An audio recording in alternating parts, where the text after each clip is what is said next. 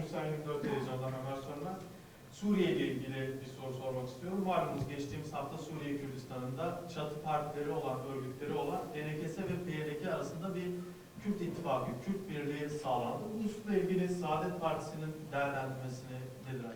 Yani biz terör konusunda bir noktada anlaşamazsak bu birlikteliklerin faydası değil zararı olur. Şunu ben Kürt kardeşlerimizin, yani bu tabiri söyleyince bazıları bundan rahatsızlık duyuyorlar. Ne? Hem kardeş diyorsunuz hem de bizim söylediklerimize karşı çıkıyorsunuz. Arkadaş, Amerika'nın dış politikanın güdümünden çıkmadan Orta Doğu'ya barışı getirecek bir hareket olmaz. Mutlaka Amerika'nın güdümünden çıkacak. Bunları bir araya getiren de, yeri geldiği zaman ayrıştıran da Amerika Birleşik Devletleri'dir ve maalesef emperyalist güçlerdir.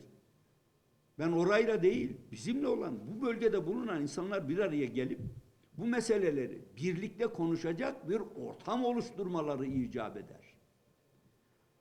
Çatışarak değil. Kim veriyor silahları?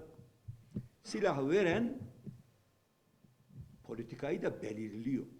Onun için ben bu konuda çok açık ve net olarak şu tavsiyede bulunuyorum. Amerika'nın emperyalist güçlerin Siyonizmin etkisinden kurtulmadan kendilerine de bu bölgeye de huzur, emin olun, gelmez.